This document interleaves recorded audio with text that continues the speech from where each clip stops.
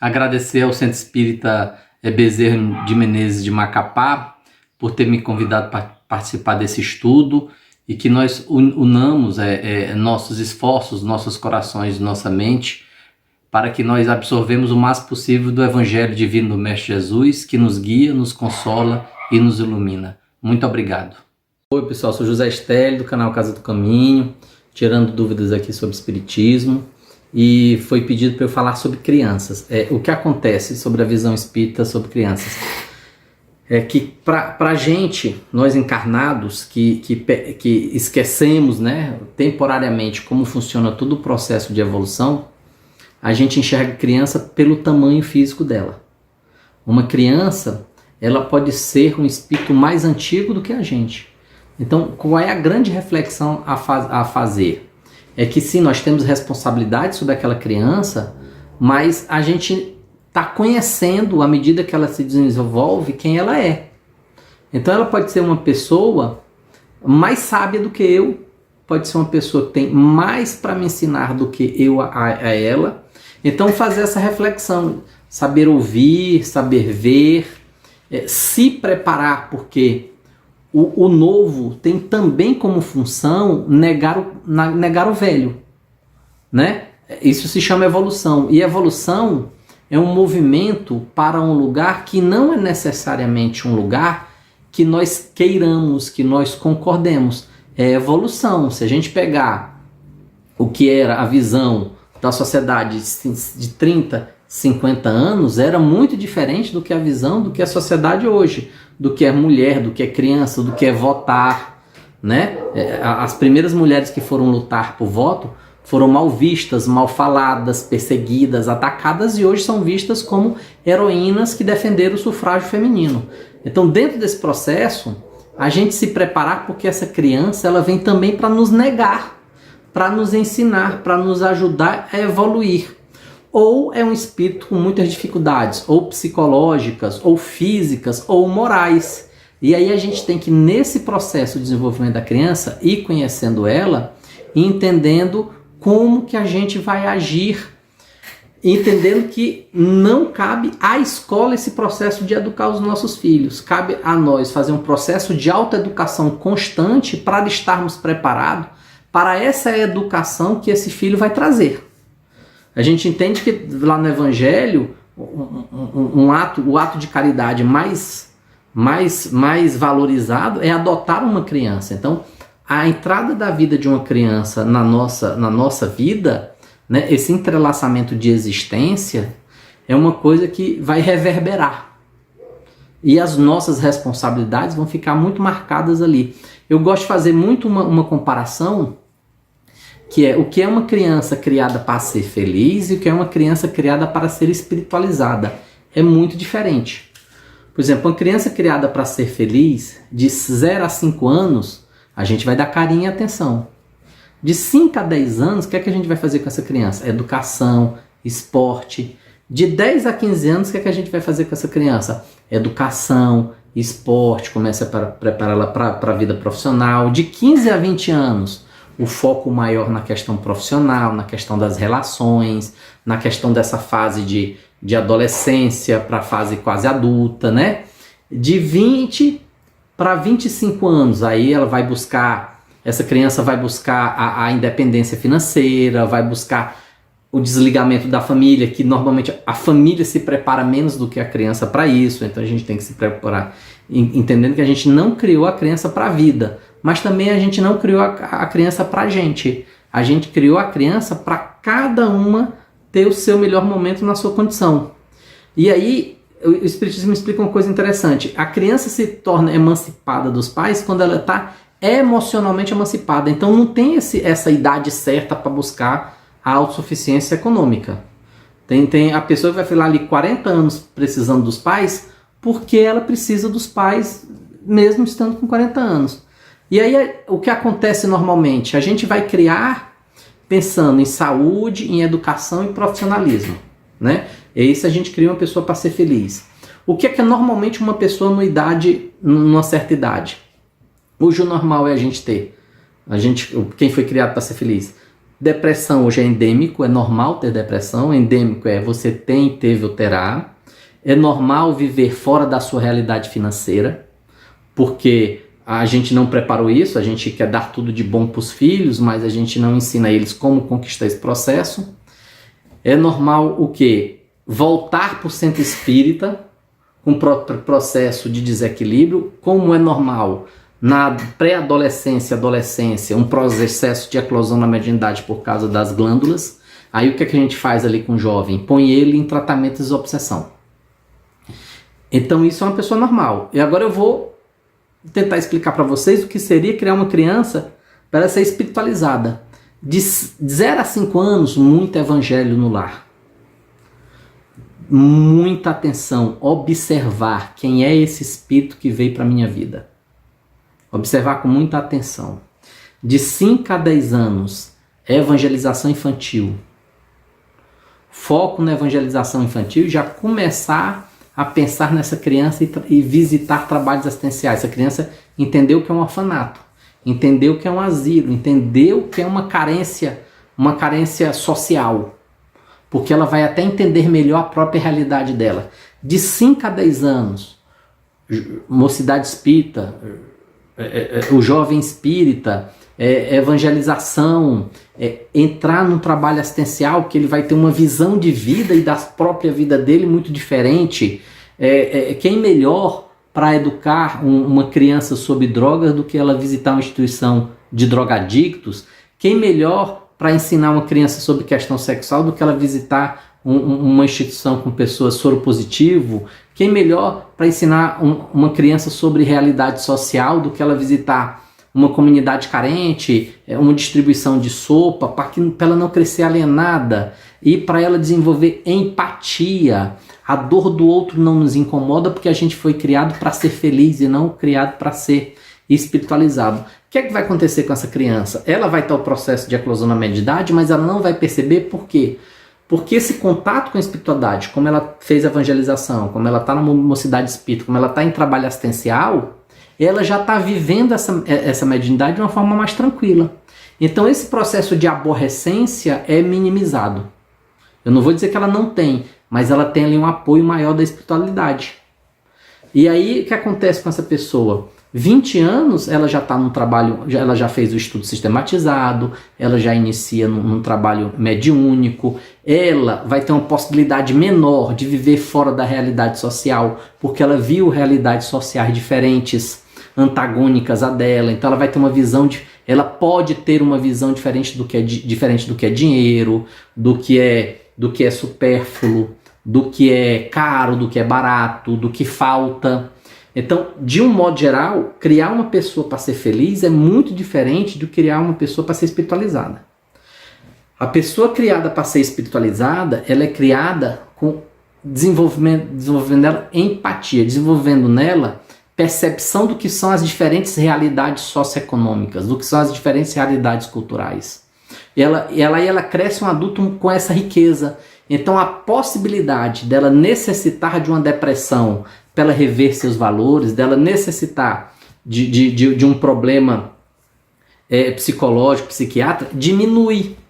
Porque ela vivenciou no trabalho assistencial, na evangelização, na mocidade espírita, ela vivenciou condições que as lições que a dor do outro nos dá. Nós não temos leis, nós temos leis, mas não temos regras na doutrina espírita. Mas nós temos algumas condições. Dor, ou você vai lá, ou você vai para lá. Ou seja, as dores, elas existem para nos ensinar, mas eu posso aprender com ela lidando com a dor do outro, sendo empático com a dor do outro, ajudando na dor do outro, porque aí eu ressignifico a minha dor. Isso é uma criança criada para ser espiritualizada. Uma criança criada para ser feliz, ela é poupada dessas condições. Ela não é levada a vivenciar esses conflitos. Ok, na ideia de que ser feliz, criar uma criança para ser feliz é diferente de criar uma criança para ser espiritualizada. Porque o conceito de felicidade que a gente tem é o conceito da carne, né? A gente tem que entender que quando a gente vem para a carne, encarnar é ser preso em uma matéria e a gente acaba se deixando muito influenciar pela matéria, esse conceito de felicidade barra realização material. Então, ser criado para ser feliz é diferente de ser criado para ser espiritualizado. Agora eu queria tocar outros assuntos, queria passar pela parte de honrar pai e mãe. Quando a gente pensa nisso como mandamento, honrar pai e mãe, a gente vê muito só da visão do filho honrar pai e mãe. Mas tem um conceito familiar maior aí, que é nós nos sentirmos honrados pela família que a gente tem. Isso é muito profundo. Por que muito profundo? Porque essa pessoa que está vindo para a nossa família, essa criança que está vindo para a nossa família, a gente não conhece. E de um modo geral a gente cria um monte de desejo sobre ela, sobre a felicidade dela, sobre as realizações dela. E aí esses desejos de realização, de felicidade, essa ansiedade que a gente cria em volta dessa pessoa que está vindo para a nossa vida, tem muito a ver com o que a gente acredita, com o que a gente quer, com o que a gente define como felicidade. E aí pensando que de um modo geral vão vir espíritos nesse momento, que é que está vindo para o planeta Terra, que a literatura espírita está dizendo já há algum tempo, espíritos muito endurecidos.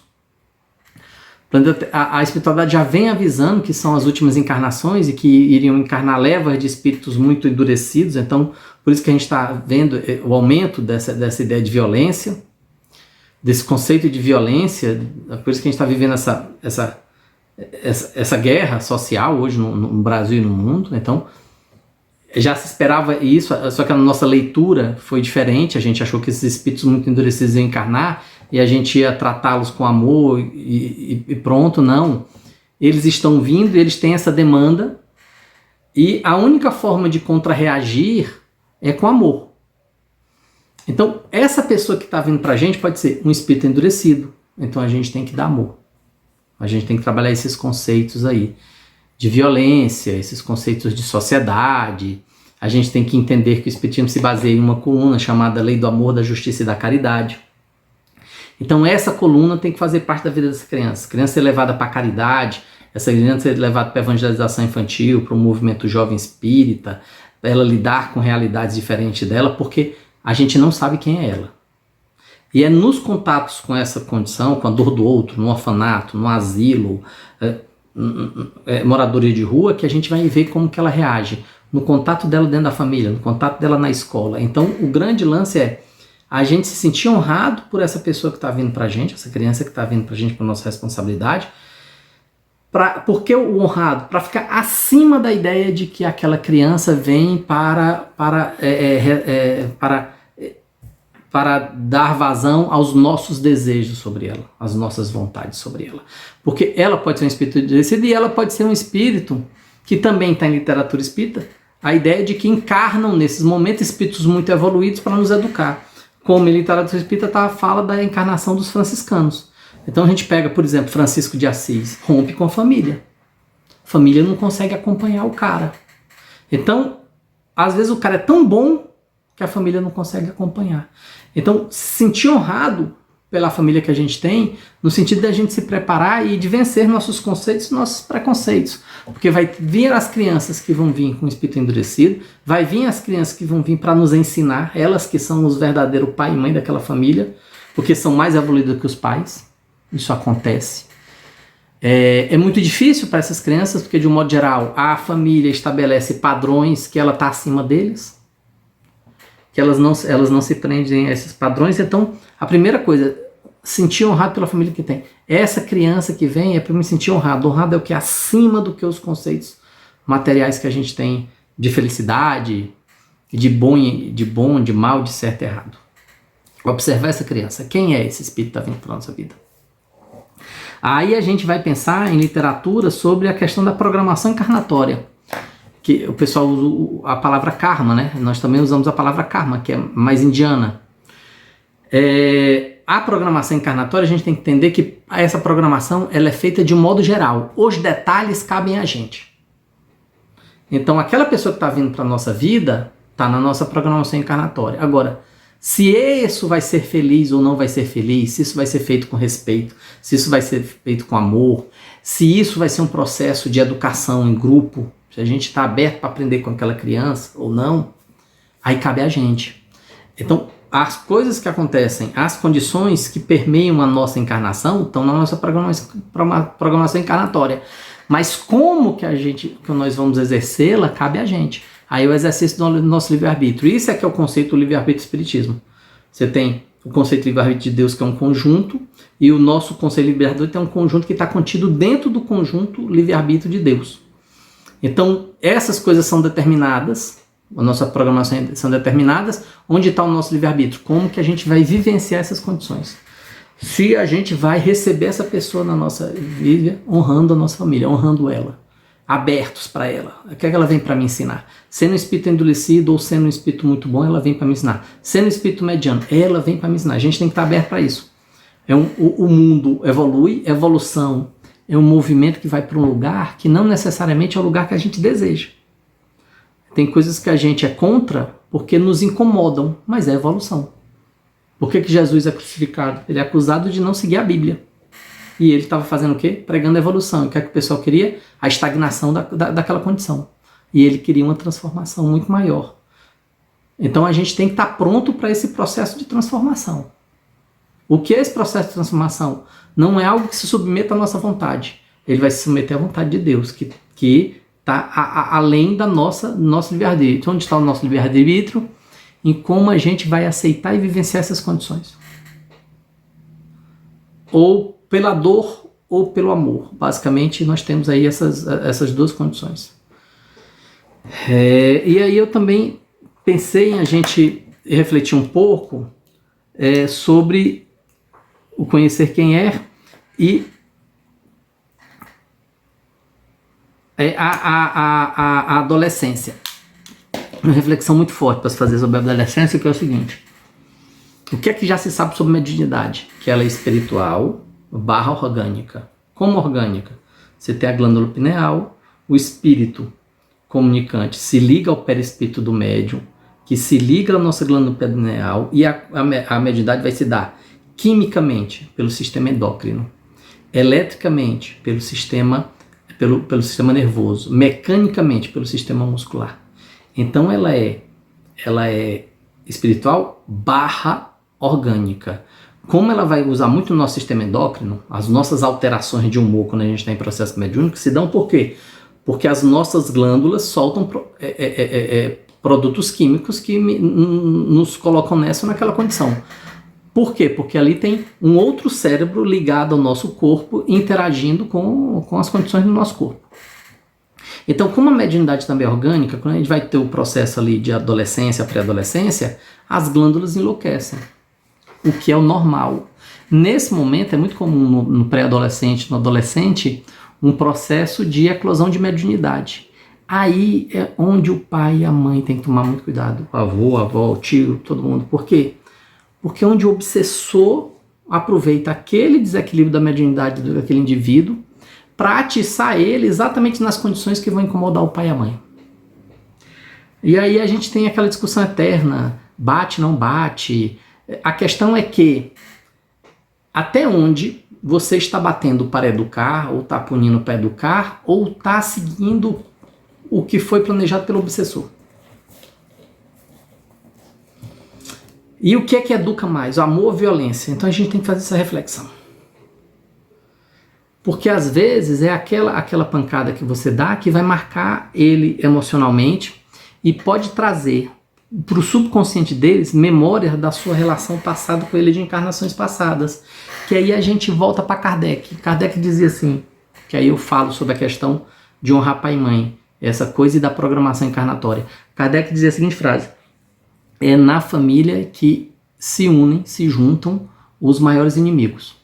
Hoje o movimento espírita altera um pouco essa frase, dizendo que é na família que nós temos a grande oportunidade de transformarmos correntes de ódio em laços de amor.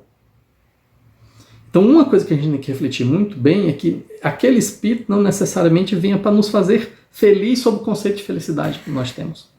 Venha nos realizar sob o conceito de realização que nós temos. Aquele espírito pode estar vindo na nossa vida porque nós temos grandes problemas com ele. Está no subconsciente dele, está no nosso subconsciente. E aí, no ato de violência, você dispara essas lembranças subconscientemente, ele reage contra você, ou antes mesmo de você ser violento, seja fisicamente, seja emocionalmente, seja psicologicamente, seja moralmente. E aí aquilo não é aquilo. Aquilo é uma coisa de 200, 300, 1000 anos atrás. E aí, que para você que parece só um momento de descontrole, é um momento que vai engatilhar toda uma condição de memória subconsciencial. Então, o que é importante? Plantar muita memória naquela pessoa de amor, de felicidade, de companheirismo. Por quê? Porque elas vão se sobrepondo às memórias subconscienciais de traumáticas.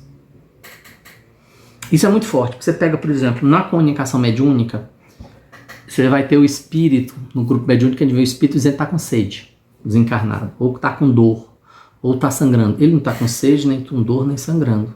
Porque ele não tem mais corpo. Ele não tem mais sensações. O que é que ele tem? Ele tem um trauma que se expressa na forma de sede, dor, uma ferida, um odor. Então a questão é, pode ter um trauma ali que um ato violento seu, físico, psicológico, moral, seja o que for, desengatilha. Então o que é que a gente tem que fazer com as crianças? Nós temos que impregnar elas com lembranças de amor. Lembranças de amor, gente, não é fazer tudo que a criança quer.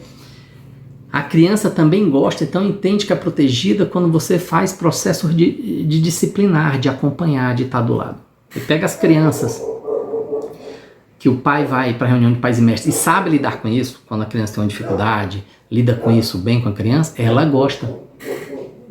Ela não gosta quando o pai não vai e não gosta também quando o pai vai e não sabe lidar com isso de uma forma pedagógica melhor. Então a gente tem que entender isso. Quem é essa pessoa que está vindo? Eu não sei. Se ela está vindo na minha família, teve uma programação encarnatória extremamente complexa, que viu o quê? Viu toda a predisposição genética, genótipa, fenótipa na minha família, a condição socioeconômica, o país, o estado, o município que ia nascer, as predisposições a doenças, as predisposições a genialismo, a atletismo, seja o que for. Então a gente tem que ter muito cuidado que não é à toa. Quando a gente tem que entender comunicação e entender que às vezes quando a criança apronta alguma coisa, às vezes nem ela quer nos dizer alguma coisa, é o obsessor dela, ou o nosso obsessor, ou o obsessor dela unido ao nosso obsessor, ou o grupo de obsessores dela unido ao grupo dos nossos obsessores. Então Kardec dizia, na família estão encarnados os piores inimigos. E a gente tem que fazer uma reflexão sobre essa frase, dizendo, na família estão as nossas maiores oportunidades de transformarmos correntes de ódio em laços de amor. Porque quando você tem uma ligação com a pessoa, essa ligação não pode mais ser desfeita. A gente tem que lembrar do Pequeno Príncipe. Tu te torna eternamente responsável por aquilo que cativas. Essa ligação foi cativada. Se ela for uma relação de ódio, só tem uma solução, transformar em uma relação de amor. Se ela for uma relação de amor, só tem também uma outra opção, aumentar esse amor. Porque o processo de pegar uma relação de ódio e agravar é ruim para todo mundo. Porque você tem um ciclo de ódio que se agrava. Alguém tem que quebrar esse ciclo. Quem que vai quebrar esse ciclo? O mais corajoso. Aquele que está determinado a amar, a perdoar, a aceitar. Então o grande lance é entender, não sei quem é essa criança. Lembrando lá do Livro dos Espíritos, dizendo que nós somos muito mais dirigidos pelos Espíritos que nós sequer supomos. Então pensar antes de agir. Lembrar do silêncio de Jesus antes do apedrejamento da adúltera. Antes de dizer, aquele dentre vós que não tiver pecado, atirar pela pedra. Jesus faz um silêncio, ou seja, Jesus está dizendo ali, em vez de você atirar ou não atirar pedra, o grande problema é o que você faz sem refletir. Vamos fazer uma reflexão. A criança me tirou do sério, vamos fazer uma reflexão, vamos trabalhar com calma. Então, encarnou overdose de evangelho no lar, overdose de exemplo, de amor. Como você trata sua esposa, como você trata seu marido, vai impregnar o subconsciente e o consciente daquela criança, já mexendo no que ela traz no coração e na mente sobre você. Vai confundir. Se ela vem com uma carga de ódio por você, já confunde, porque ela vê você fazendo atos de amor, mas tendo subconsciente você fazendo coisas más, então já confunde ela. Ela já começa a pensar no subconsciente dela, será que é outra pessoa? Isso confunde seus obsessores, você amar.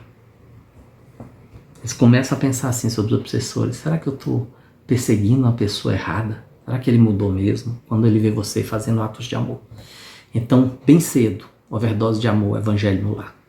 Criar essa criança para ser espiritualizada, não feliz. Disciplina. Depois, criança, deixa de ser bebê, passa a ser criança. Evangelização infantil, evangelho no lar, trabalho assistencial assim que puder. Tem trabalho assistencial que cabe criança. Frequentar o centro espírita, aquela criança saber o que é um passe. Pré-adolescência, se preparar. Deixar aquela criança no trabalho de jovens, porque aí, se o trabalho de jovem for bem feito, aquela criança o processo de eclosão na mediunidade dela vai ser amenizado. De um modo geral, era para os centros estar prontos. Os centros espíritas não estão prontos para crianças com mediunidade. A criança fica eternamente em processo de desobsessão, em tratamento mediúnico. A gente tinha que pensar, o centro espírita tinha que pensar nisso. O centro que eu participo, a gente pensa nisso. Então, refletir sobre isso. Outra coisa que os centros espíritas fazem, as crianças ficam eternamente em cursos e nunca vão praticar. Põe a criança para dar passe já no 14, 15, 16 anos. Põe eles para participar dos trabalhos, põe ele para ser ouvido, para participar das decisões dos grupos de jovens. Outra coisa que a gente tem que pensar é a emancipação. No conceito da doutrina espírita, a gente tem um problema para entender, que é a nossa ideia de espaço-tempo. Então a gente divide o tempo e pensa, 18 anos, 20 anos, 30 anos, 40 anos, emancipou. Ou se tornou financeiramente independente, se emancipou. Nada, nos espíritos, no plano espiritual, a ideia de espaço-tempo é diferente. A física quântica já falava isso há algum tempo, que presente, passado e futuro funcionam no mesmo momento. Eu não sei explicar cientificamente, eu sei refletir sobre isso filosoficamente, que a gente não está colhendo o passado e plantando o futuro, aqui no presente, a gente está colhendo o passado e plantando o futuro, então está tudo acontecendo agora. O que importa é o que eu estou fazendo agora. Então nessa condição, como a ideia de tempo no plano espiritual é diferente, a gente tem que fazer a seguinte reflexão. Criança, enquanto ela depender emocionalmente da família, ela não se emancipa. Ela não está pronta para se emancipar. Então você vai ter o cara com 40 anos que precisa da família.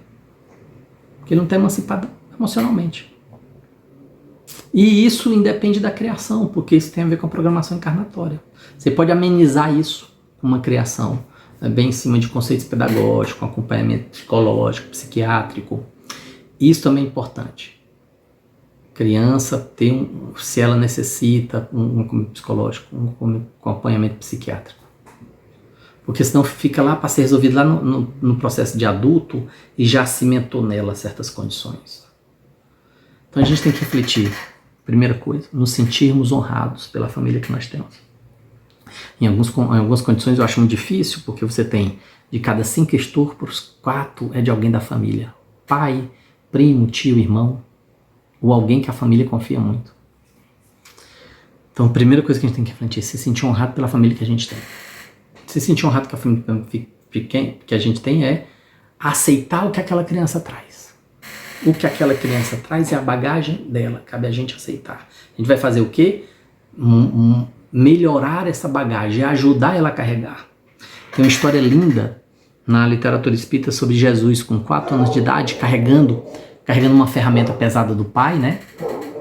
Que hoje a profissão de José não era marceneiro, era trabalhador manual, então uma das coisas que ele fazia era marcenaria. Então Jesus estava carregando uma ferramenta muito pesada de José e Maria, Jesus, deixa que eu te ajudo. E Jesus responde, mulher, deixa que eu carrego meu fardo. Isso com 4 anos de idade, já preparando Maria para ir para a cruz. Então dentro desse processo, entender que a gente vai ajudar a criança a carregar o fardo dela. Mas a gente tem que aceitar o fardo dela. Então se sentir honrado, aceitar. 2, botar Jesus no lar. No sentido de uma menina vai casar com alguém que negue ou que repita a figura do pai. Então seja para sua esposa o marido que você gostaria que sua filha tivesse.